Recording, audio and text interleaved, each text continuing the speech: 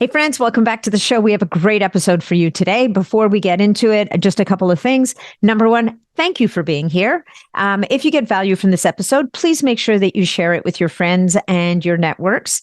And if you're inspired by this particular episode, then please make sure that you leave us a review on whatever platform you are watching the episode on. And to get more information about what I'm doing and where you can connect with me, go to natnidham.com, and that's where you'll get all that information. Let's talk a little bit about this episode. Okay.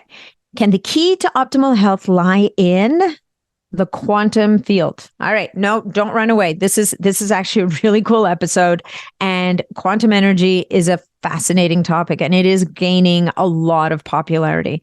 So in this episode of the podcast, we will unveil the power of frequencies and their potential impact on health, casting light on the oft-overlooked health implications of EMF technology with Philipp Samor von Holtzendorff-Fehling.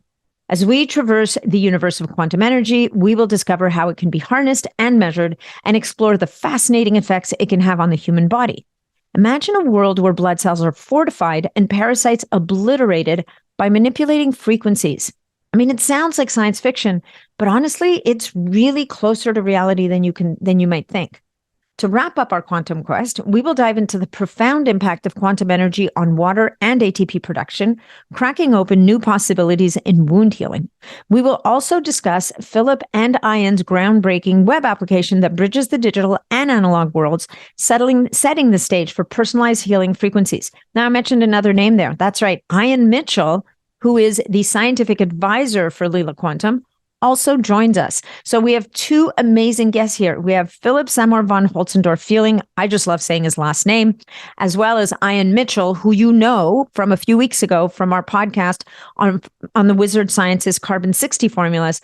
But Ian, as you probably know, being as big a science guy as he is involved in many different projects, and the quantum Lila Quantum is one of those projects. So Philipp Samor von Holtzendorff-Fehling is a coach, conscious entrepreneur, and an energy healer. He went through 2 decades of training in shamanic and other energy healing practices, and he is the founder and CEO of Lila Quantum Tech, as well as the Quantum Upgrade. Now, to learn more, you're going to want to visit lilaq.com.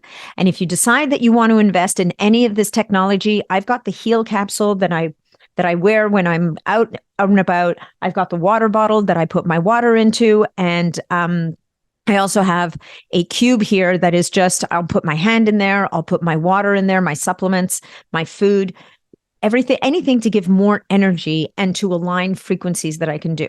So lilaq.com, and use code NAT10 to get 10% off whatever you decide to buy. Or you can go to quantumupgrade.io and use code NAT15 for a 15-day free trial of the Quantum Upgrade, which we talk about on the podcast. You're going to have to check out the podcast to understand what the heck I'm talking about here. And of course, they have a presence on Instagram. All of those links are in the show notes. All right, let's get into the episode with Philipp and Ian. Hey folks, just a quick reminder that all of the information presented in this podcast is for information purposes only. No medical advice, no diagnosing, no treatments suggested here. Before you try anything that you hear about or learn about here, make sure that you check with your medical provider. Welcome back to the show, folks. I have 2 such very special guests here today. I have Philipp, whose last name I've learned for the intro and don't know right now. So Philipp, who is the founder and CEO of Lila Quantum, and Ian Mitchell, Chief Scientific Advisor. Welcome to the show, both of you. I can't wait to learn about quantum energy from you both. Thanks, Nat. Great. Thanks for having us. It's a pleasure. So Philipp, why don't you say a few things about yourself so people learn your voice for people who are listening, and then Ian, we'll get you to say a few things so that people can lock into your voice, and then we know who's saying what. Philipp, tell us. Sounds good. Yeah, by the way, the last name is von Holtzendorff-Fehling for everyone that is curious. And I know that everyone always gets scared to say that in a podcast. So no, von Holtzendorff-Fehling. Von Holtzendorff-Fehling. Yeah, I got it. pretty Von good, pretty good. Easy. Yeah, it's a very long German last name, and I'm from Germany originally. I am German, but I'm also American. And yeah, so I used to be in corporate Europe and in corporate America. I ran departments at T-Mobile International, responsible for 14 countries as a vice president. Then moved over to Seattle, actually, to be at T-Mobile US, also as a VP for a few years. And the reason I say that is because I got to know the technology side really from a different viewpoint than I look at it today, especially if we're talking about EMFs. And I answer one question first. Did you know at the time about all the dangers of EMF? And I must say no. And genuinely, most people there, really also in upper management, had no clue about it. I'm sure there were some that had an idea, and then there were others that really knew it, and they tried to kind of bury that, because that's certainly not a good part for the industry itself. However, I've really gotten to know the whole world of frequencies and EMFs at that point. And in the early 2000s, I realized that I had cut myself off my own emotions and feelings, and I started the inner path, the inner journey, if you will. And I've gotten trained in various shamanic healing practices and other healing techniques. Got into yoga, meditation, and all of that, and always was seeking some of the best healers in the world, because I didn't want to learn from a Reiki dude across the street, because I felt like, well, that's not going to get me very far. So I literally traveled the world to find those people.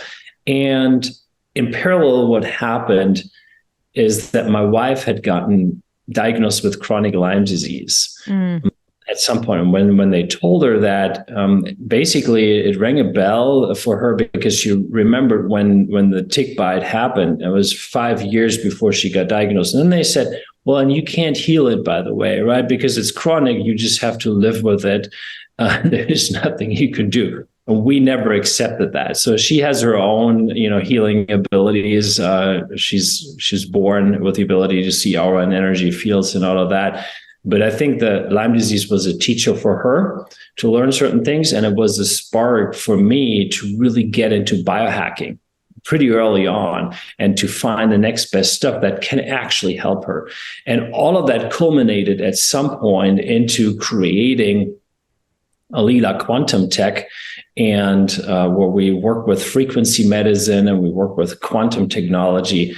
It's really just a culmination of all that I have done, and a vision that came up at some point when we saw other companies experimenting with quantum energy, but they really didn't do a good job of it. And if you work with something like that, and then you work with frequencies, you need to be extremely clear about what you do. It needs to be excellent work. It cannot be just some shabby work, or we'll just do this and we'll do that. No, it needs to be something that people really benefit from, where you don't have any negative side effects.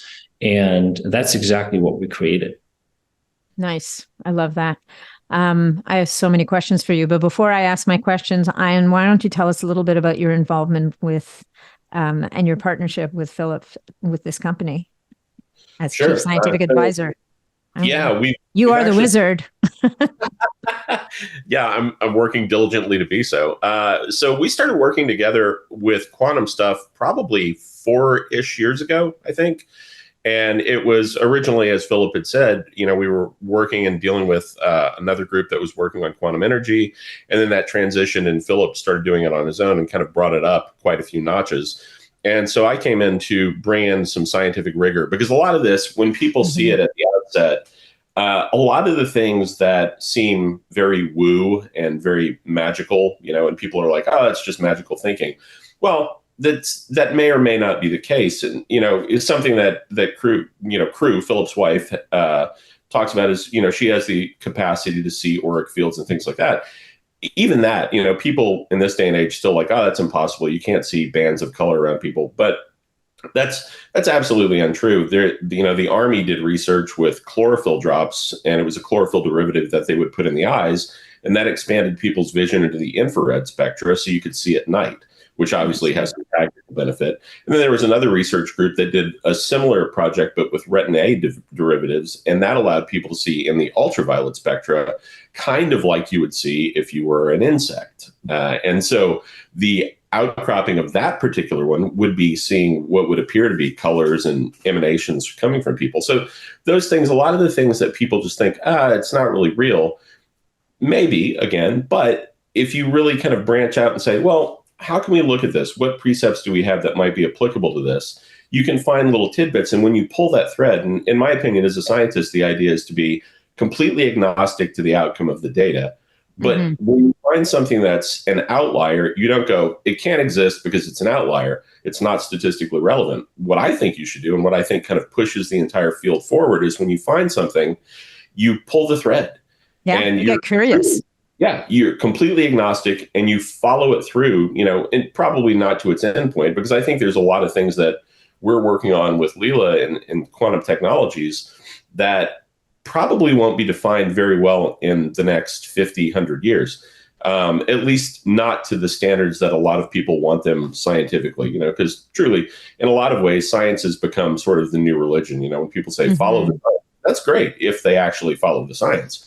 But sometimes the science, and by its very nature, takes you into places where you're clueless and you don't know what the hell is going on. Michael Faraday, when he was dealing with magnetism originally, he had no idea what the heck was going on. It was many, many years before people actually came up with the formulas and the equations to actually prove that out mathematically and scientifically with rigor. And I think that's where we are in quantum technology. And with quantum biology, which is kind of my favorite focus in this entire space, it's looking at the outcroppings of what happens at the subtle levels, moving from consciousness into tangible reality and the outcroppings of that. And we've done a ton of experiments. Some of the things that really early on kind of blew my mind in the university where I used to teach biochem, we took the quantum block and we took some ascorbic acid and we put one vial from the same container in the block and left one out of the block. Then after 15 minutes, I pulled it and I ran a reduction oxidation potential assay on it. So it's a redox assay. And you look at basically how much atomic interaction you're going to get, or electron interaction. So it's basically, you're looking at ionic coupling and things like that. And what was remarkable to me was they were entirely different, right? So you run a spectral analysis, it says, hey, it's ascorbic acid. But then when you run a redox potential, the lines completely deviated.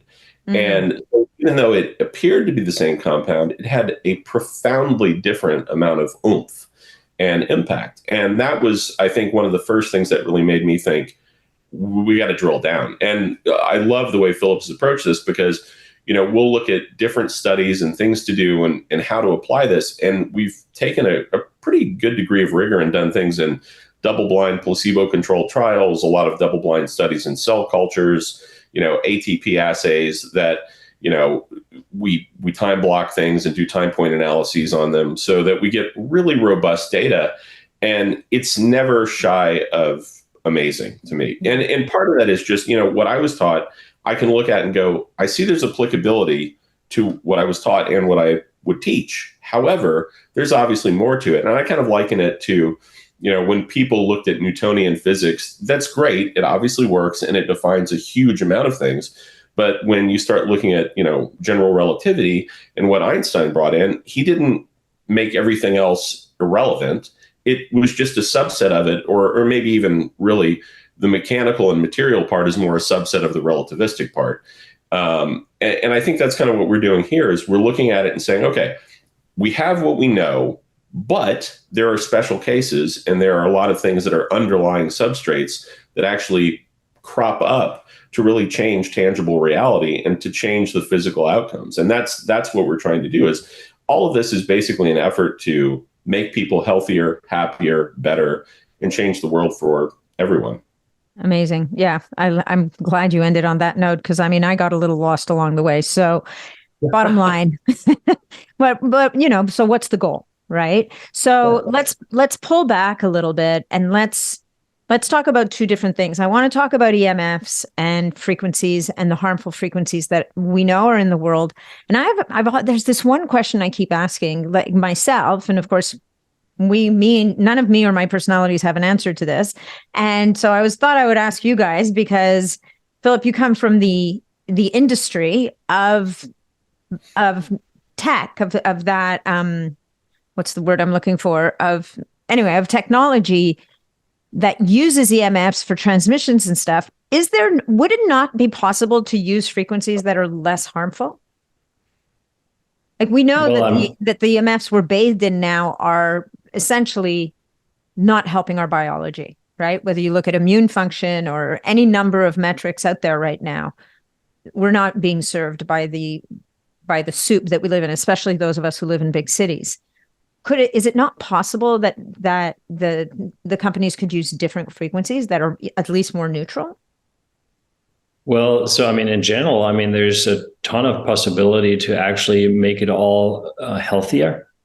If that was a focus, it's just not a focus. So yeah, it's as simple as that, right? If it was a focus that we drank healthy water, then you would have healthy tap water. It's not the case. You find fluoride in drinking water, and it's the big poisoning, basically, no matter where you look at. Who does that is a different question, but who lets it happen is all of us, certainly. And part of the big poisoning is certainly the EMF soup that we're living in. And it's just not a higher goal that is healthy. And hopefully we'll shift into that. But until that happens, we all need to just figure out what can we do for ourselves to actually mitigate the effects. And frankly, with our technology, I don't want to go too far here, because sometimes we need to be very mindful on how we phrase things and what we say. Mm-hmm. But it's absolutely possible to mitigate the effects so that you can use 5G in massive amounts, even sit in an electric car where you blast it with EMFs, frankly, for the people that don't know. And we can get into that. There was a study just done recently about that. If you turn on our technology, you don't have the negative effects of that. So then you have the positive side of it. And this technology and all of that, the transmissions, the download and upload speed, all of that is super convenient, right? So it's cool, right? It's fun that we can do all these things. It just comes with these side effects. And if we can mitigate the side effects, that's in essence what we're doing, so that you don't have to change the whole setup of everything and tear down all the 5G and 4G towers and then try to build something new, which probably wouldn't happen anyway, unless it's a very natural evolution, because it would be too costly, right? I mean, who finances that? No one is the answer, unless health is really the number one goal. And until then, let's leverage technologies like the one that we've created that can easily help with that. Yeah, no, I love that. Although, it's interesting. I'm sure you guys saw that the iPhone 12 was recently banned in France for exceeding. Did you see that? No. You didn't see that? So France just banned the iPhone 12 because it exceeded EMF or radiation guidelines, which are probably already fairly generous to begin with. Yes. But they made headlines in mainstream media. And you have to ask yourself, so how's iPhone 13, 14, and 15? Like, we're three iPhones down the path now. There's no way they're making it any less powerful. But I sat and wondered, up until now, nobody was going to admit that EMFs were an issue. Certainly not Apple.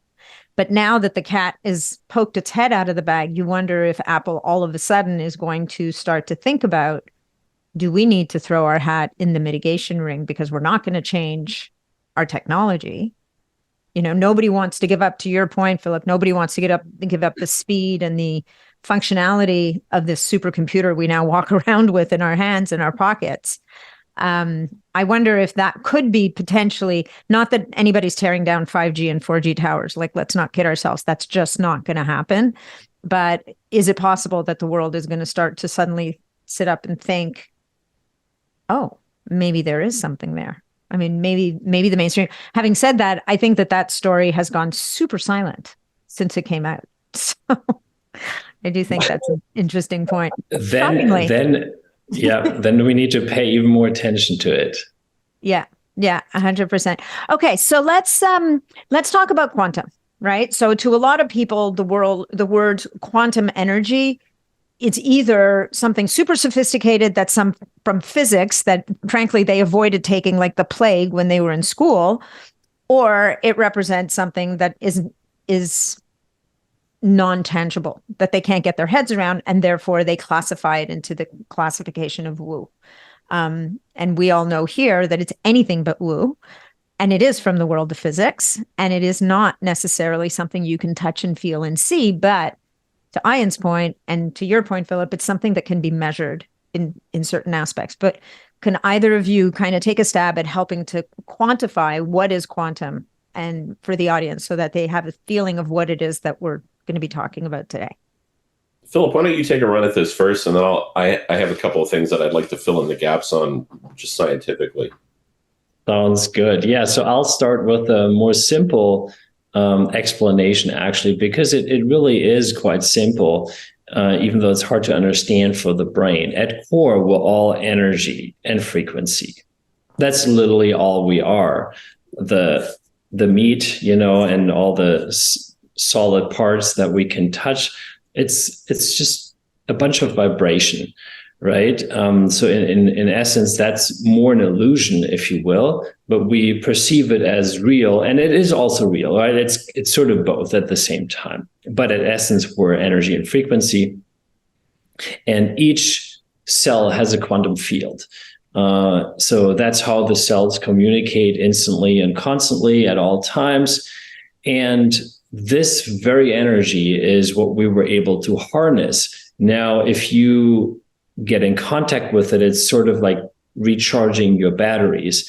And it's the energy behind the matter. That's how I always try to explain it, because I think people know that we're maybe 90% water, but in essence, we're over 99% space. But then it's a lie to say it's empty space, right? Unless you define empty, and because empty isn't really empty, it's actually filled with energy, but it's not electric, it's not magnetic, so it's below subatomic, how Ian would say, and so it really is very, you can't really measure it with a scientific instrument, but it is there nevertheless, which you can prove. Because you can calibrate it in different ways, and you can measure the effects of it, right? Very easily, and we'll get into that. So it really is, just think of matter, whether it's a physiological organism or it's a tennis ball, whatever it may be. Behind the matter, there is energy, and that's kind of what we're talking about, quantum energy. And before Ian takes on, the quantum field is sort of like the umbrella, and the frequencies that we have, the various different frequencies, whether it's a vitamin C frequency or a peace frequency or love frequency, all of that, basically these frequencies vibrate within the quantum field. They exist within the quantum field, which includes scalar, by the way. Often we get the question, okay, so how is scalar different from quantum energy? Scalar is just a frequency set within the quantum field. And yeah, that's pretty much how I would describe it. And it's very important where Einstein was absolutely wrong, and where unfortunately that is still the narrative of the scientific world today, the mainstream scientific world at least, is that basically what they're saying is that there's always a particle that's the lowest unit, or that's the smallest unit. And in essence, what they're also believing is that as long as you put the grid, all the matter together and together and together, you create consciousness by doing that. That is absolutely false. It could not be further from the truth. So it's a rabbit hole with a dead end. It's the other way around. Consciousness has always been there and will always be there, and is the foundation of everything, because it is everything. So matter can exist, but there's always a consciousness layer. And now that may be too woo for some people, but But I wanted to trigger that because it's so important, and also miss on that regard, because a particle is a unit. If we're talking about quantum entanglement, we're entangling energies. It's not, I don't have to entangle particles. We're really on the below subatomic level, and that's where you don't have particles. You literally just have energy signatures. So I always rather refer to Tesla, because Tesla very well understood what we're talking about here today. Mm-hmm. Yeah, no, people have been on this for a while. It's just the rest of us haven't quite caught up yet. So if I were just to put this into very, very simple terms, because I'm a simple person when it comes to this stuff, I'm really not that far down the rabbit hole with you guys as I'd like to be. But when you say like there's a consciousness, there's energy, and there's matter, is it essentially the consciousness and the energy together that create the matter, that bring the particles together into matter, whether that's going to be a tennis ball or a plant or a human? You've got this consciousness to begin with. But does that mean that a tennis ball has consciousness, or are you talking about a global consciousness that is not like, it's not the consciousness of the item particularly, it's a greater concept? Correct. It still exists within the quantum field, and also tennis ball contains quantum energy, but in a low concentration. And a tennis ball certainly doesn't have a consciousness that is self-aware, or could even be self-aware, right? But nevertheless, it is not dead completely in that sense, because it does contain energy. So it is still vibrating, right? So on a different level, Ian probably could get into that on how you could, prove that a tennis ball is also vibrating. But and actually, I'd say de facto, since Philip, you're a competitive tennis player, if it had a high consciousness, you probably wouldn't be smacking it with a racket all the time. It would smack you back. Right. Okay. So, all right, Ian, you go. Okay. So, unless Philip, you're not finished. Sorry. No, I think it's great if Ian. Jumping back a little bit on the note of EMFs, because I think this is kind of pivotal. So when we talk about, electromagnetic waves going out, we generally think of, and people have probably seen me do this, it's the idea of a wave, right? That's how everybody's taught, but it's really far more than that, right? So the impact that's hitting your body, people think, oh, it's the frequency. Well, maybe. That's probably kind of a simplistic version of it, right? So a wave, we typically think of it as modulated by, frequency or amplitude or something like that. But as I actually tinker with it, I can define at least 19 at present, and I think there's probably one more that I'm missing, but I can define about 19 different attributes of a wave. And so it's not the little sine wave that you see. It's actually spheres that have a chirality. They have a spin and a direction and a pressure gradient and a color and a whole host of other characteristics. And so in order to modulate the negative impacts and actually change that, you don't have to scrap the entire system. You just have to change the detrimental parts, right? In all these waveform interactions, when a wave hits another wave, you can either have constructive interference patterns that form or destructive interference patterns that form. If it's constructive, then your physiology gets better, right? And not only could these things be made to be not detrimental, they could actually be made to be very beneficial. Like literally, I have a thing called the Lukovsky chair here in the lab. And before we started recording today, I went and sat down in a Lukovsky chair and blasted myself with a whole host of various frequencies of energy. It's basically you're sitting inside of a tuned Tesla coil and using your body to create an impedance in between the sending side and the receiving side. And your cells soak up that energy. Now, some people would go, oh my God, you're pumping out a field that's so much stronger than a cell phone could ever be. Aren't you worried about it? No, not at all, because it's done in the proper fashion. Likewise, we don't have to scrap, 4G, 5G towers. We just need to modulate them so that they're beneficial for people. And that's absolutely entirely capable of being done.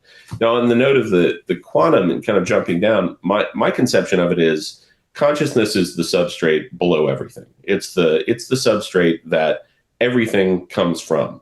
And so the picture that I've kind of built for myself and maybe I'll be able to prove this out, maybe I won't, is that consciousness works at a base level that we really aren't capable of, in a classical sense, picking up because it's too subtle. And I always joke about not having a quantumometer because I can't actually just flip a switch and go, oh, it reads out as a 6. We have 6. There's no real discernible measure right there in the classical scientific sense. But if you think of physicality, like Philip had said, as being kind of an illusion, and Einstein pointed out, reality is an illusion, albeit a persistent one.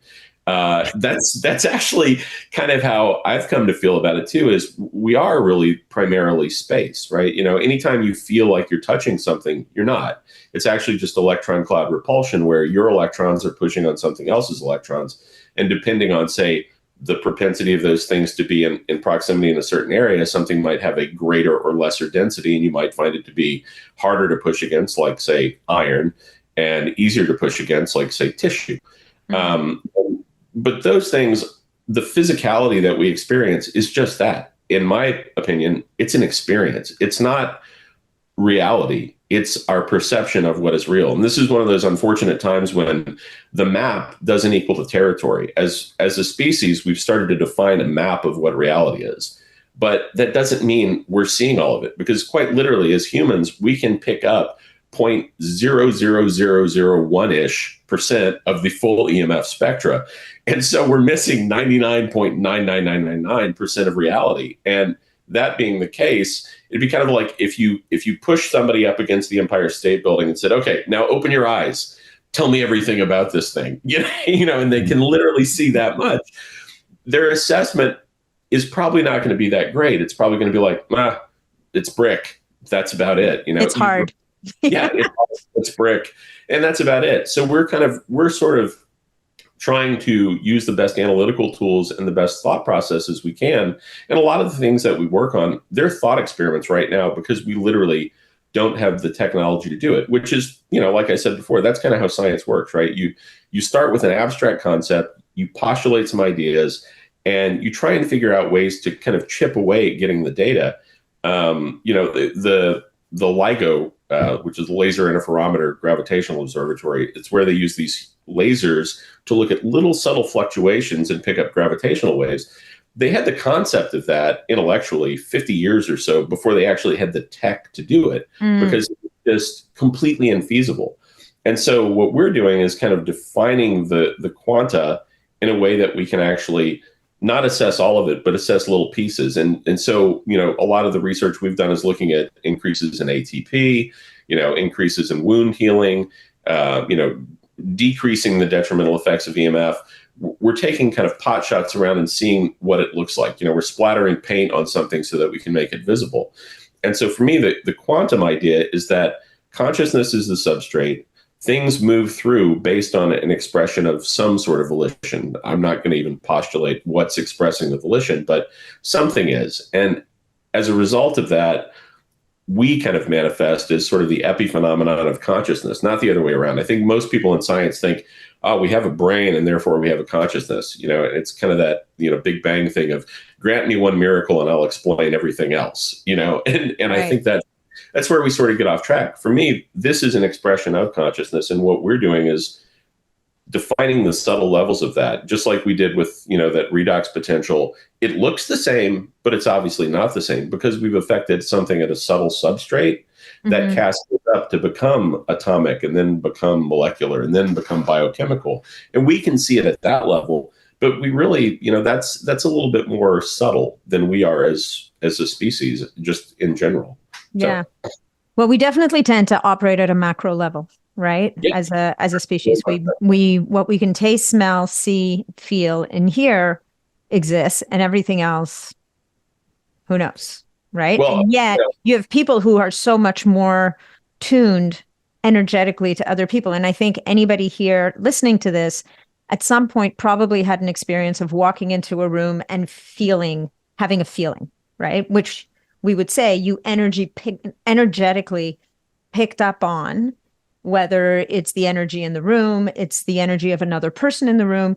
It's like when you know that someone's going to say something before they say it, even if you can't see them, or you feel someone coming even before you can hear them. Like we pick up energy all the time, but we dismiss it. Or some people are maybe less tuned into it than others, which I think it's like an infantile expression of tapping into the energy field. Yeah, and all this stuff 100 years ago, or a little more than 100 years ago, almost 110 years ago, Nikola Tesla said at the IEEE convention, the International Electrical Engineering Convention, he said, in the future, you'll be able to look at someone and talk to someone on the other side of the world instantaneously. And he was panned for saying that because they thought he was an absolute nutter. Yeah. Well, guess what? What are you doing? And that's the thing, but it just takes time. And that's actually one of the things I applaud about how we're approaching it, Leela, is we're really putting in the effort to scientifically validate everything and chinking away at what we can and defining it very clearly so that we have a robust set of data that's really grounded. And we can say, look, we've double-blinded this study. We've done it to the best standards that we have currently. Here's what it came out to be. It's definitely wackadoo and strange, but nonetheless, this is what the results are. Yeah. Well, and one of the things that I loved, I spent some time on your website and I've listened to you guys speak before. What I love about the work that you do is that at the end of the day, you're meeting people where they are. And all people really care about is, what does this mean for me? How is this going to impact my life? How is this going to change my outcome? Is this going to get me closer to my desired outcome? And then we can almost start to let go of fully understanding, or at least some of us can let go of fully understanding and getting our heads around exactly how. And even you, Ian, was saying, we know this stuff does this. We know it works. We can't always fill in every little piece of the puzzle of how it gets there. But this, and that may happen over time as our knowledge and ability to quantify different things evolves. But ultimately, it's how can we help people to feel and act and perform better and be healthier? And then we'll fill in the gaps later, kind of thing, right? Yeah. Which is more questions than a lot of people tend to ask at the best of times. So go ahead. No, I was going to say, if somebody has cancer and there's some life-saving treatment out there and they know that it will work, they're really not going to care what the molecular mechanisms are. They just want to know that it will work and it will help them. Yeah. And I think that they can leave it to the rest of us to figure out all the mechanisms, but that's kind of what I think Philip's real crux is to try and bring something out that's beneficial and going to help people. I mean, honestly, that's why I'm involved. Is I very much resonate with the idea of trying to help, and especially it's kind of funny, but say a quantum block, it actually emanates a field that's very large, and so I keep one at the lab, I keep one at my house, I travel with one, and I think it's kind of humorous because literally it is changing the world. It might be a small local environment, but it's kind of like little hotspots. Yeah. It's sort of the Wi-Fi network of good benefit. And that's fantastic. Well, imagine if you got those hotspots in enough places, the massive impact it will have over time, right? If you got one in every house on a block. Yeah, or if every 5G tower was emanating positive things, Yeah. Because you don't have to modulate all 19 of those things to have a beneficial interaction. Just have to modulate a couple. Right. And that negates a lot of the detriment of the EMFs. I mean, all that stuff has very tangible physical outcroppings because of voltage-gated calcium ion channel flow and all sorts of stuff that you can drill down on and look at. But really, you don't have to tweak that much. I mean, our results are phenomenal. I mean, Philip, will you share some of the data on the EMFs? Mm-hmm. Yes, happy to. So, and there were multiple different studies in that regard. I like to refer to two different studies now, and we're, not two different studies, but two different types of studies. One is the blood. Something called dark field microscopy or live blood analysis. For the Americans that are listening, it's the best tool that exists to look at your actual red blood cells and white blood cells and what is happening in real time, because it's looking at blood under a dark field microscope, which means that the blood is illuminated and it is magnified in a significant way, so you can actually see what's going on. It's not something artificial, or it's not like, you can see it with a video. Actually, you can follow what happens. And that method was very widely used also in the US. And then 20 years ago, roundabout, they put a license fee of $100,000 behind it per year for every practitioner that wanted to keep using it as a diagnostic tool. And then it started to disappear widely in the US. Unfortunately, researchers can still use it without the license fee, but a regular practitioner, come on, $100,000 a year, you think twice if you do that, because how are you going to pay for that, right? So in Europe and Russia, it's still very widely used. It's amazing. And so probably the best researcher in the US is Dr. Beverly Rubik. She has done gold standard studies. She's widely published, by the way. Everyone can look her up, UC Berkeley. And so since decades, she's been designing these studies. And she was actually very skeptical about our technology, because I had gotten in touch with her through an introduction, and because she was worried about the increased difficulties of dealing with EMFs for humanity, frankly, on that level, because of her studies, because she saw what was going on. Each year it got worse, the blood she looked at. And she, by the way, has a very interesting paper also on 5G effects in relation to COVID out there that was peer reviewed and all of that, if someone wants to look into that.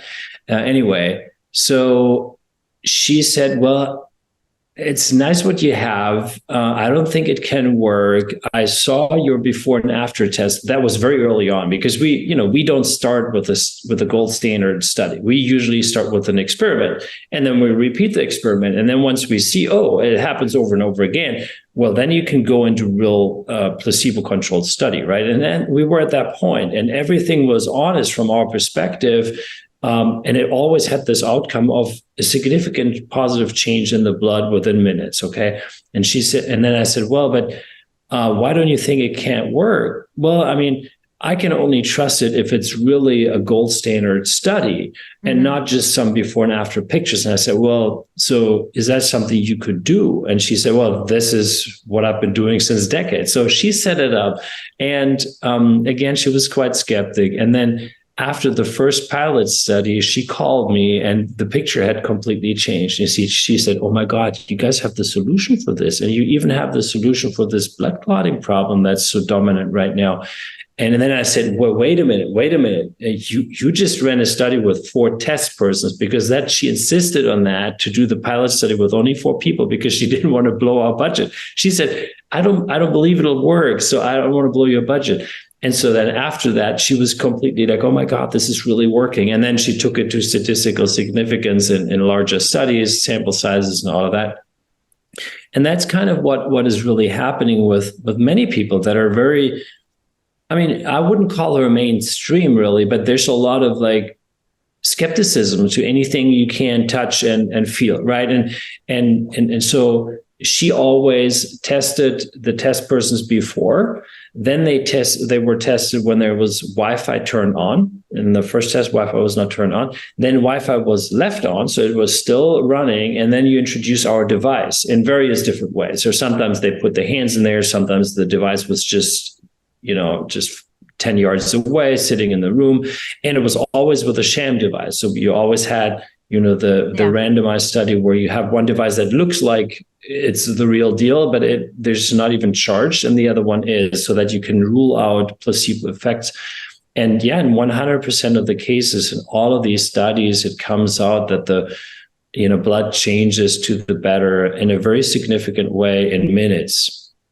Can we, A, that's amazing. B, the perfect person to have testing your stuff is the person who is skeptical, right? Who's the person who doesn't believe. Like in my mind, having a person who doesn't believe and is open-minded enough to say, okay, fine, I'll look at it, fine, and doesn't believe it. That's your perfect scenario, who is a scientist. But can I just to help the audience a little bit? Can we help them to understand what are we talking about the blood here? Like, I know, because I've done dark field microscopy on my own blood. There's a few people in Toronto where I am who have these microscopes. So I understand about the rouleaus and then the blood cells kind of coming apart. But can we paint a picture for the audience who's listening, who maybe doesn't understand what it is we're talking about here? What changes to what's changing about the blood? Mm-hmm. Literally everything that you can look at. And so Dr. Rubik, for example, has 5 different categories that she specifically looks at, but you can look at more things. So one thing that definitely changes is the red blood cells. So when the red blood cells build these so-called money rolls, then it's clumped blood, right? It's clotted. And then stage 1 and stage 2 of blood clotting was able to be reversed in all cases in just 10 minutes. So where the blood was clotted, and then, that actually happened specifically through the introduction of Wi-Fi. Then when the block was introduced, Wi-Fi was still on. Suddenly you see all the red blood cells to reorganize and to declot. So a complete reversal of that. You see that the blood is more oxygenated. Mm-hmm. That is an important factor. And then the white blood cell activity and motility increases. So the white blood cells are part of the immune system. So if they are paralyzed, like what tends to happen with Wi-Fi and other EMF exposure, then that's bad for you, obviously, because you can't defend yourself. So if that is activated, it's a very positive thing. And then a couple other things were actually noticed by the Besa Institute in Austria that also ran several of these double-blinded studies in regards to live blood analysis. They found that parasitic load in the blood even decreased by a factor of 70 to 80% within 15 minutes, which I found incredible. Mm-hmm. And also even cholesterol levels decrease. So it really impacts the blood on various levels very, very quickly, because we're just talking 10 to 15 minutes. And I think that's something tangible. That's something for everyone, right? Because it's, mm-hmm. No matter if you're healthy or sick, right? You want to have good blood. And if it can improve through something non-invasive, that's just a beautiful thing. Right. And it seems like it's I talk about this a lot on the podcast on various subjects, and it's a very upstream impact, right? It's affecting a small thing at a very basic level in the body that simply allows the body to perform whatever it's going to do better, right? Mm-hmm. So having red blood cells that are not stuck together, that are apart and able to operate independently, allows them to pick up more oxygen, drop off more oxygen, to function better, allowing immune cells to, do we know, do the immune cells clump together like the red blood cells, or is it a different effect on the immune cells? So the white blood cells, they tend to be paralyzed. So that is what happens through Wi-Fi, for example, or if you're very sick, then they just are not active. They're not, think of it as an army that usually should be very mobile, very flexible, and acting very quickly. And that is exactly what is happening when you introduce a block, that they become active, they become agile. And that's my analogy to that. Yeah. So hence potentially, not that I'm proposing, but maybe that decrease in parasitic load is simply to have optimized the body's ability to get rid of parasites, or is there a thing about parasites operating at a different frequency that somehow is impacted negatively by a block or the energy put out by the block? So from all I know, and Ian, feel free to interject, it works on a couple different levels, actually, because first of all, we know that limes and also certain parasites, they don't thrive in a certain energetic environment.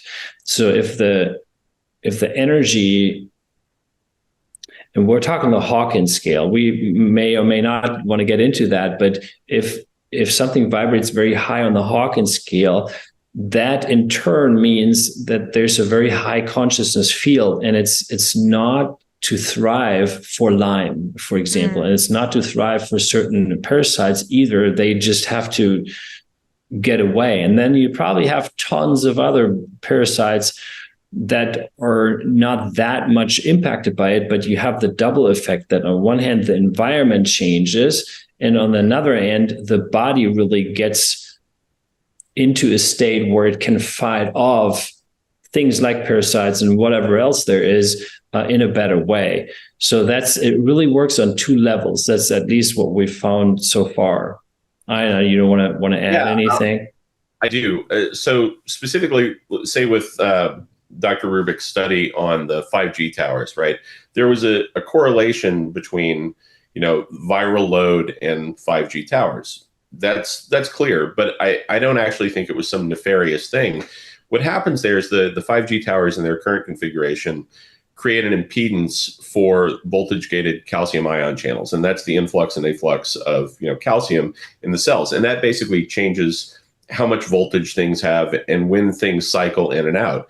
And when that happens, if they're dysregulated, the environment becomes more acidic, right? And so there are a lot of pathogenic things that survive and thrive in an acidic environment that don't do nearly as well when you increase the pH and you become more basic. And so just the nuts and bolts of how this interacts, and I completely agree on things being a high frequency on, say, the Hawkins scale, but a lot of the outcroppings on a physiological level are occurring because when you modulate waves at a quantum level, they cascade up and they change their interaction. That interaction allows the red blood cells to ionically decouple so that they can bring more oxygen into the environment. Your tissues start to regulate. They allow the white blood cells, the leukocytes, start moving and flowing, and they're better able to fight things off. And in general, the entire environment is less conducive for pathogens. So you see pathogenic behavior drop just because of a change in the environment that's amplified by the body's defenses coming back online and just overall health and energetics. And there's a lot of correlates there, even things like cancer. Inside a cancer cell, and when I say energy in this context, it's microvolts of electricity. There was research that came out, I think, in 2015 at the University of Bilbao in Spain, and they showed that cancer could only exist within a very narrow threshold energetically. If you had too much energetics inside the cell would win, right? Your immune system and your immune response would overtake the cancer and knock it down, which is what happens every day because we have a preponderance of cancer cells every single day. We can just deal with it because energetically we are capable of fighting off that assault.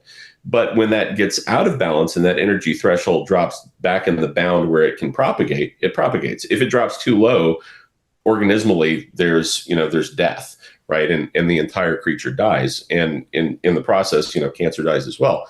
But that's kind of, I think, why we see this benefit that's happening on multiple domains is because those different facets are your body is stronger, the environment is less conducive, and your immune response is more appropriate.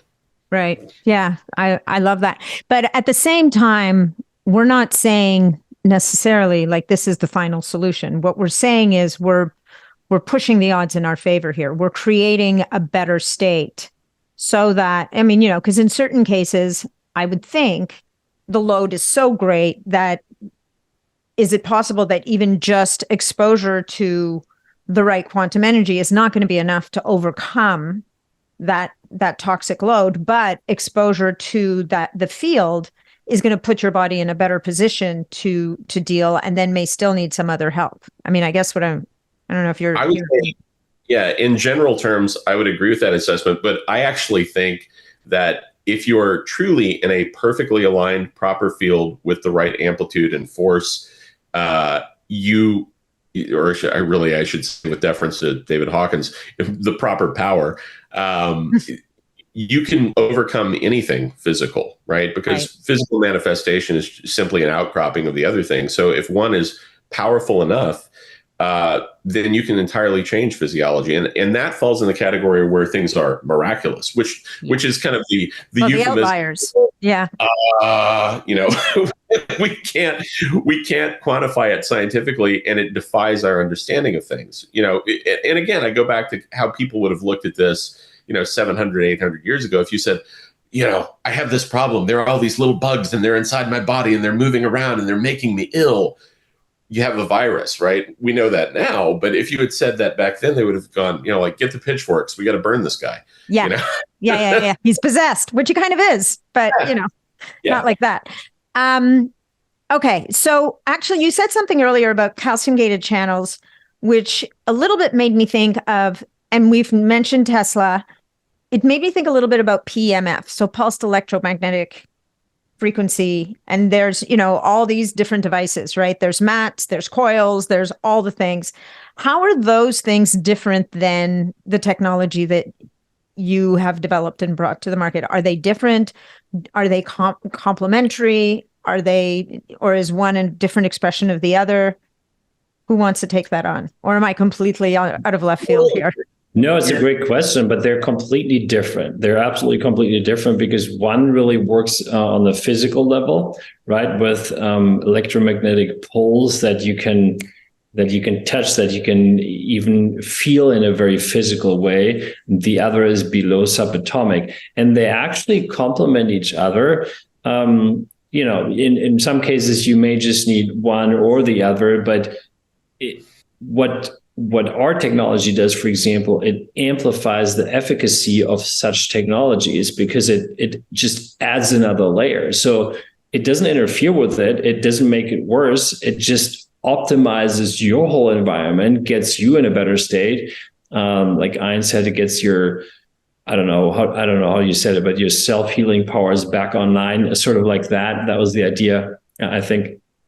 And whatever else you do with PEMF mats or whatever can then still work and have an even greater effect. So that's how I look at it. Yeah. So you're almost creating a better environment for it all, right? Like Yeah, very much so. Like a year ago this month, I had my really bad motorcycle accident, and my femur ended up inside of my tibia and split it 6 inches down like a log. I remember that.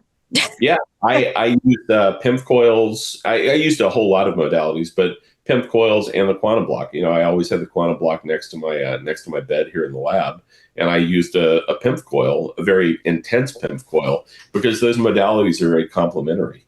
Mm-hmm. Yeah, and for those of you who don't know Ian, we were all at a conference, and everybody was like, "Well, where's Ian?" And your booth was there, only it was empty. There was nobody else there, and we're all, and Ian's a tough guy to miss. Like, so people start sending out texts, and I got the message back. Oh, yeah, I had this unfortunate, I think the way you put it, I had this unfortunate encounter with concrete. and there was something about a motorcycle and bones ending up in other bones where they weren't supposed to be. And, I think that by any standards, the accident that you got into would have been it was catastrophic for you, but it would have certainly the average person would not be sitting here walking and talking. I feel you have this propensity for driving medical professionals to scratch their heads a lot. And and I think there was a lot of head scratching going on as you progressed through your healing. And to your point, it wasn't just about one thing. It wasn't just about a block, or it wasn't just about a PEMF coil. There were peptides involved. There were all kinds of things involved. And I don't know how much you want to talk about this, but your trajectory to healing was virtually vertical compared to what it should have been. Yeah, it was. It was, I went in a week after the accident, and I had, PIMF coils and the quantum block and lasers and stem cells and carbon-60. And I was doing all of that. But literally my collarbone was split in half. It was, I've shown you the x-ray. It was completely sheared in two. And literally 7 days later, I went to the orthopedic surgeon and said, I'd like to get an x-ray. I think I've got it, kind of back together. And he said, that's preposterous. There's no radiographic healing. There's no bone changes. It can't happen. I said, well, I'd still like the x-ray. And he goes, it's a waste of money. And I said, yeah, it's my money. I'd like the x-ray. So he sent me down the hall. I had the x-ray. He came back 10 minutes later with his iPad going, do you see this? That's a new bone. How is that new bone? And I said, pulsed electromagnetic fields, lasers and stem cells and, quantum energy. And he went, actually what he said was, I guess you are smarter than the average bear, and that was literally, but the sad part about that, and granted, I was healed incredibly quickly. I mean, I was back up with, the huge break where my femur had literally punched into the lower part of my leg and left a big void. I was entirely healed and clear from the orthopedic surgeon at 9 weeks. With what they initially told me I needed to have a huge surgery for, and it was going to be 12 weeks before I could put any pressure on my leg. The sad part of that to me is that the technology I'm using is available to everyone, right? Mm-hmm. It's out there, but unfortunately, and this is what to your point about leaving medical professionals scratching their head sometimes, the guys who scratch their head and go, well, I want to help people that way. Those are the guys that get it, and we're lucky enough to know a lot of those guys, Gus Vickery and people like that, genuinely so committed to helping their patients that they're willing to push themselves out of their comfort zone and address new technologies. And I know in the case of, Gus, he's an MD and a very sharp guy, and he's got quantum blocks, and, he uses them when people come into the office. And that's he has them for his family and for his kids, and that sort of stuff, because he's pushing the bounds in an effort to help people. And it does bum me out a little bit that more people don't have those things and are able to give those modalities to patients. But that's why we're doing this. Yeah, no, for sure. Well, they don't ask why. Right. Like, really, the best case scenario in your situation would have been the orthopedics guy and the other doctors to say, okay, take me through this. What is it exactly that you did? How did this happen to come to it? And I mean, I guess in their case, they're like, I'll lose my medical license. But, you get other doctors who are like, the hell with the medical license. Like, what the heck did you do?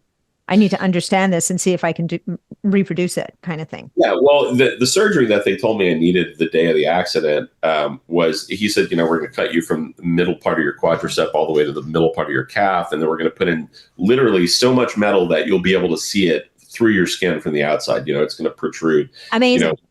Pins and plates and screws. And I think he was very dumbfounded when I said, "That's the best you've got?" And he said, "Yeah, that's standard of care." And I said, I'm just going to check myself out. And I called my team here at the lab and said, "Guys, I need you to go buy one of those fancy hospital beds that lifts up and down." And they did that. And then they came and got me like a wounded dolphin and literally loaded me into the back of a pickup truck off a gurney and drove me to my lab, and then slid me onto the bed at the hospital, or the hospital bed here at the lab. And I just stayed here, basically for 3 weeks, kind of mending myself before I was really ambulatory and could actually get around. Yeah. So that's amazing. All right, let's get back to the research. This is, listen, I could listen to this story all day long, but let's get back to, we've only really scratched the surface on the research that you've done on your technology. And I want to dig into it a little bit more. There's the live blood cell analysis, which is a very concrete, tangible example of a physiological change that happens in the body, how it impacts the environment and the functionality of cells, right? So we've talked about that. What do you want to talk about next? Do you want to talk about the production of DNA? Although that's kind of like more quantum entanglement from a distance. You said that there was new things that have come up since you've published that research. Is there, what else? I'm going to let you decide where we go next here. So just very, very quickly, I want to mention the Emoto Institute, even though that's not new, but it may be new to some of your listeners, that the Emoto Institute out of Japan tested some of our products, and they found that they were able to improve water to a point faster than anything they've ever seen before. And they decided that day that they wanted to exclusively import our products to Japan, which they'd never done in their history before. And since about 18 months now, I think they have been doing that. They keep importing our products to Japan, distributing it there, and they're just, So what does that mean, improving water? And how does that impact a person's body? Okay, so I let Ian take that, and then I just didn't want to spend too much time on that because, I think after that, let's move into ATP production and wound healing, because I think that is what the biohackers are really even more interested in. But Ian, why don't you go real quick in regards to the water? Sure. So our bodies don't really process water as H2O, which is, what we're always taught. Again, kind of a simplification, like the idea of a wave. It's actually, H3O2, and it's really like the stereoscopically stacked crystalline structure. And so in order for the benefits to occur, you have to structure the water. And so in this case, the quantum block very rapidly can structure water.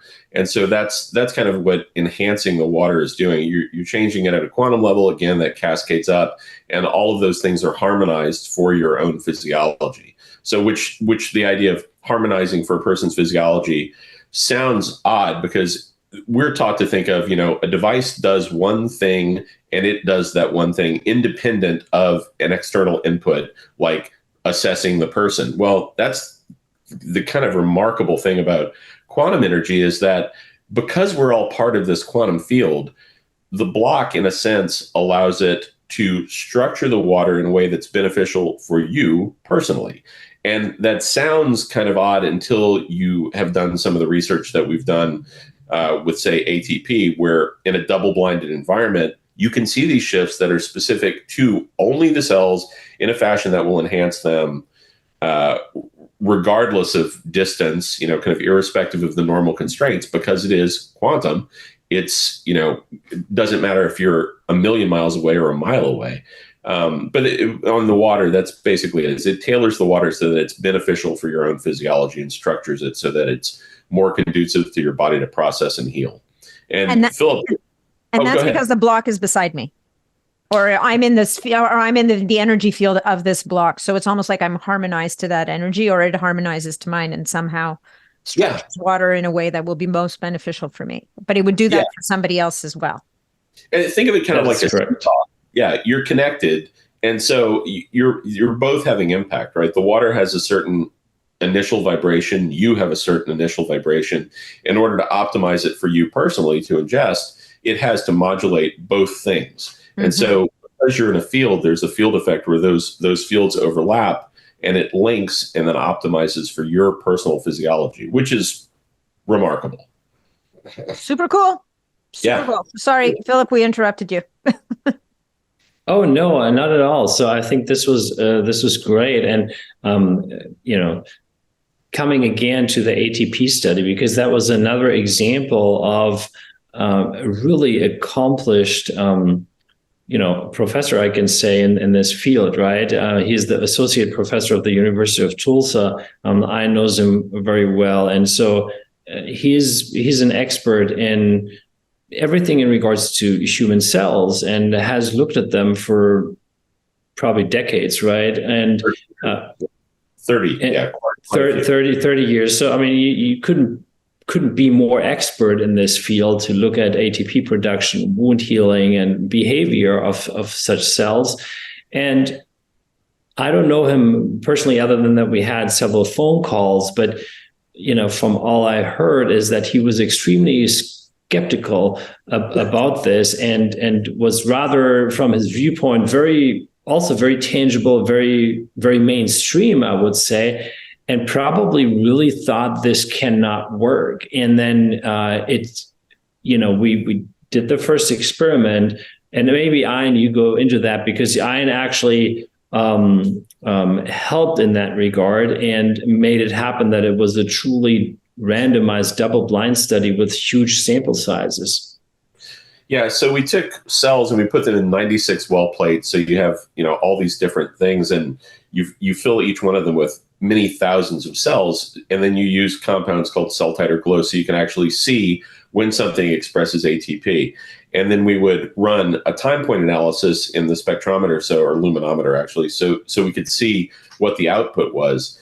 And what was amazing is I was the only person who actually knew which cells we were treating versus which cells we weren't. Robert plated the cells, put them in the dishes, put them in the incubator, and then we took pictures, and I sent 2 of, say, 4 pictures of 96 well plates to Philip.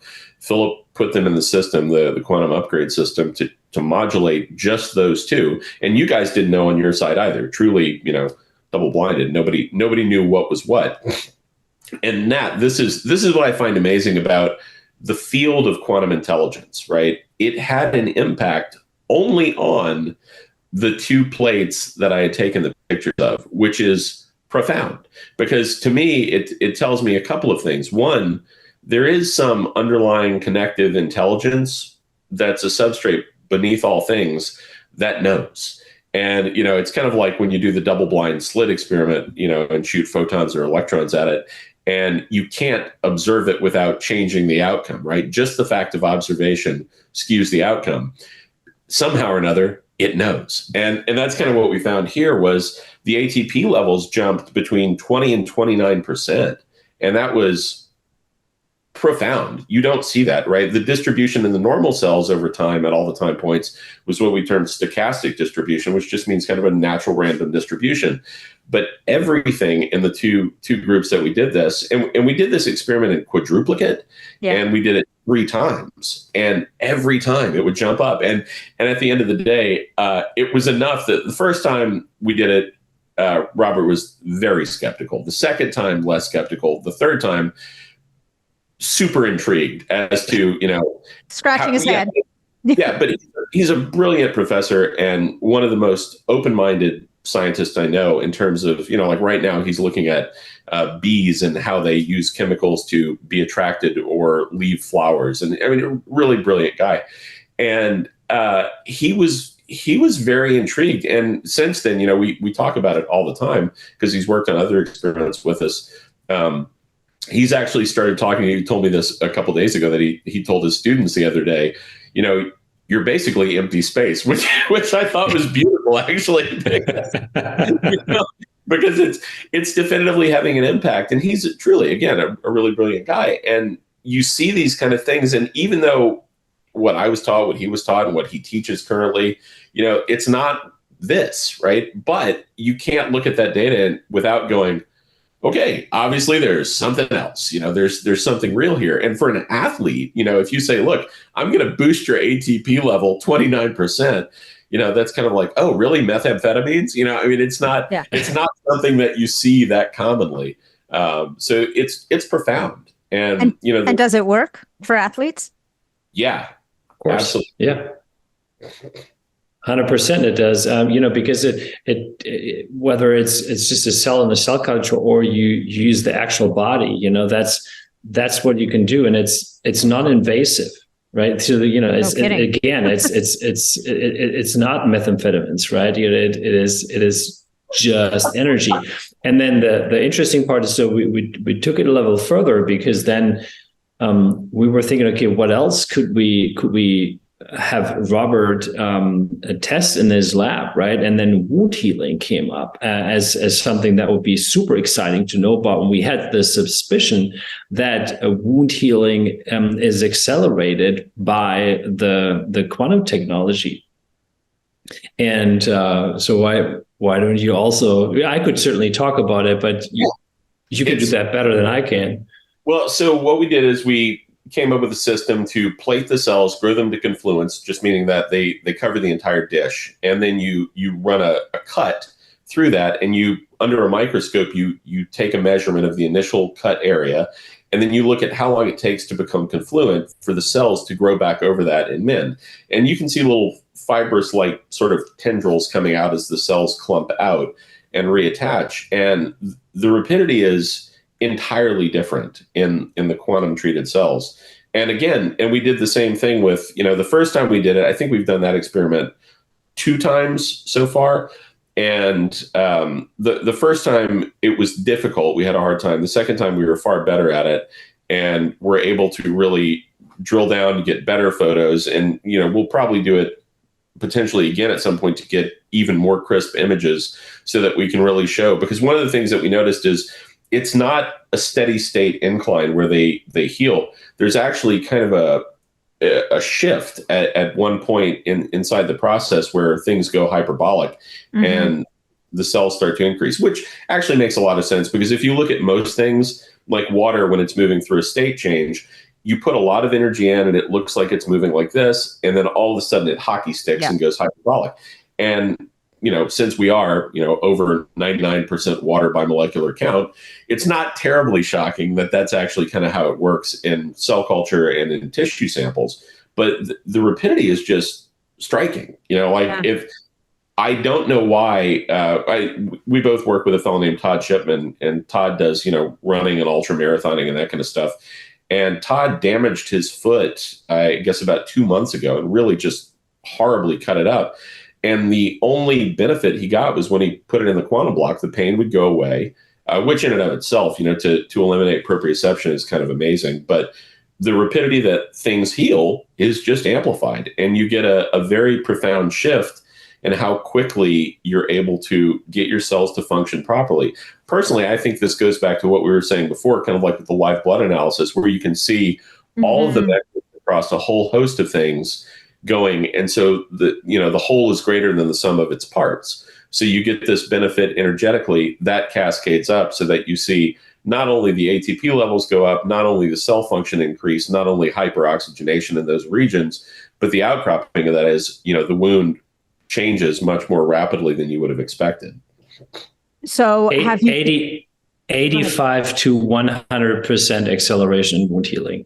Wow. So have you done any in vivo experiments? I mean, other than Todd damaging his foot, not that I want to promote this, but have you made little injuries to small animals and then performed your experiments yet? We were actually going directly to get a group of goth people who were very into cutting. No, I'm kidding. No, I'm totally kidding. No, we haven't done that. There is a model for dermal impact where you actually punch holes in mice and look at the tissue regeneration times. And at some point we might do that. But personally, I don't know that it's terribly necessary. I mean, there are enough people who are injured all the time that unless Philip wants to take it to the point of doing a clinical study on it, I'm great with anecdotal data because there are lots of injuries. We don't need to make more. No. 100%. So okay. But so when you're talking about this quantum healing, like you were talking about, it was different than the block, but would the technology essentially do the same thing? Yes, absolutely. Because it is pretty much the same thing, except that, the quantum upgrade is way more flexible. It can be dialed up and down. You can have all kinds of different levels. And, for someone using it, you're not having a physical device. And there's certain things you can't do with it because you couldn't charge your water in it, right? Because it's just for you, or it's for a car or for your home, whatever you choose. And then but it can do other things, right? Because you can level it up or down, you can set lower levels for the nighttime, etc. But then the block itself certainly has the same possibility to do that with wound healing, ATP production. No matter what we talk about, it just is always at the same level. Right. And then we have different blocks at different levels. We have that. So that's just the only difference. Right. Actually, but both. Yeah. Will you tell Nat about Ben Greenfield's experience with that? Because I found that particularly interesting when he started the quantum upgrade, his experience on sleep. Because it's beneficial for people to know how to kind of mitigate those effects when they're not used to processing energy at that level. Yeah, so he could not sleep the first, I think, couple nights of having turned on the quantum upgrade, and he came to it in a different way. Usually, you come through to the quantum upgrade and you inform yourself. You get some questions answered either through the community or customer service, myself, etc. And he just wanted to have it. And then he turned it on and he was like, okay, I'm just going to go all in. So he dialed it all up. And at night, he had pretty high levels and he could not sleep. Now, the good thing is that he realized instantly, oh, my God, this thing is just more than real. Like it 100% works. But he also realized, well, I have to do something. And then I explained to him, that at nighttime, you want to have it maybe at 500 only. Like I have it at 500, maybe at 600 at the most. Just because you don't want to be stimulated by the energy at night, you want to sleep, and during the day you can level it up and down. But that's indeed something that he noticed very, very clearly. And as soon as he changed it, also at night, he had perfect sleep, right? And then he dialed it up during the day where he needed and wanted the excess of energy. So the quantum upgrade it's not a device. It's so how do you dial it up and down? We built basically like a web application that you can use as the user, and you have literally just a mask, and you can just set your different levels, 500, 600, whatever. You can book in certain frequencies for certain times. You can do that, and you can do other things with it. So it's completely flexible. And we have an analog system that we built. It's the quantum upgrade system, which is way more advanced than just a single block. Even our most advanced block can't do what the quantum upgrade system can. And then the big trick was, how do you connect a digital front end, if you will, with an analog system? So we developed a bridge that basically can connect the two. And that's what we've done. And so in that sense, it's the world's first system like that, because the analog part, it cannot be hacked ever because it's analog. And then the digital front end is still hooked into that so that you have the full customization levels that you can think of. That's amazing. And so does your phone have to be on? Like, I mean, it's very cool that you're using the technology, which is, is being highlighted as this bad thing. It goes back to the beginning of our conversation. Can we rejig these negatives and turn them into a positive for ourselves? So does the phone have to be on at night in order to modulate the energy, or is it just a setting on your app? You turn it down, you turn off your phone, you go to bed, you wake up in the morning, you start over. That is how it works. You don't have to have anything turned on, frankly. It's just, if you want to change a certain level, that's when you do it. But you don't need to keep your phone on. Not necessary at all. Okay. All right. Well, I mean, I'm still well in here. However, I know, Philip, that you have to go. And I want to keep going, but I think what we're going to do is, I now understand why people have part 1, part 2, and part 3 podcasts with you guys. Because it's a big field. Yes. It's massive, right? There is no bigger field. This is it. No, there isn't. The quantum field. It's the quantum field. It's the giant quantum field. I love it. So in the interest of time and respecting everybody's time, primarily yours, Mr. Phillip, and Ian, I'm sure you have other places to be as well. I have to eat bonbons and have a foot rub. So, yeah. Well, I mean, it's important. Bonbons and foot rubs are a very important part of life. Let's be clear. Why don't we tell people where they can find you, find out more about your technology, and then we can just make a commitment to doing a part 2 at some point in the next couple of months, once we've all had time to digest all this, because, there's more to come. That sounds great. Yeah. So for Lila Quantum Tech, the website would be leelaq.com, leelaq.com. There's also a Telegram group. That's another part we haven't really touched on, but there's almost 7,000 members now that are active in the group. They're all using the technology and they're sharing and learning. It's great vibes. And so you can listen in and ask questions and hear from real people that are using this. What have they experienced and what do they suggest, etc. So I can share those links with you. And then for Quantum Upgrade, it's also fairly easy. It's quantumupgrade.io. So not .com, but quantumupgrade.io. There's also a specific Telegram group just to keep these two separate, because they're not the same, right? It's how you use it is different and what you use it for is slightly different. And yeah, I can share all those links with you. Amazing. So we'll put those all into the show notes. And any parting words, gentlemen?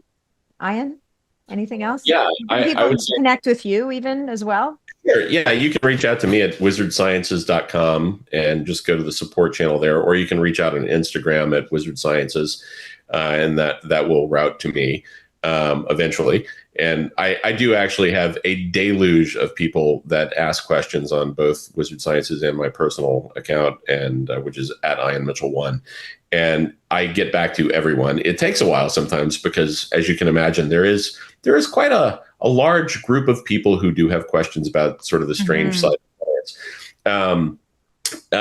Parting thoughts. The most profound thing about all this experimentation to me was that when I realized that, based on the analysis that we had done on, say, ATP levels, and it was so profound, there's a connecting underlying intelligence that obviously interacts between all things. And as kind of to your point about people look at what's important to them, well, people are important to me and the interactions that I have with people. So once you realize that everyone is connected and the waveforms that emanate from you will touch everyone everywhere. That's basic physics, right? Every waveform that emanates is going to keep propagating throughout time and space forever, albeit very tiny levels, but it's still there. So the one thing that I'd say to bring out is just as you move through your day, knowing that everything is connected and interacting with one another, be kind. Literally, just it's cheap. You don't have to do much, and it has a profound yield and a profound benefit. And in the world nowadays, I think that's probably the most profound and pronounced thing you can do is actually just be a kind person. I love that. Philip? Well, I would just second that because that was so beautiful that I leave it at that. All right. Well, gentlemen, thank you so much for your time today. I so appreciate it. Thank you for educating me and my audience in the world, or initiating us into the world of quantum and quantum energy. And I look forward to many more discussions with both of you. Likewise. Awesome. Much love. Thanks for having us. Thank you so much. Thank you.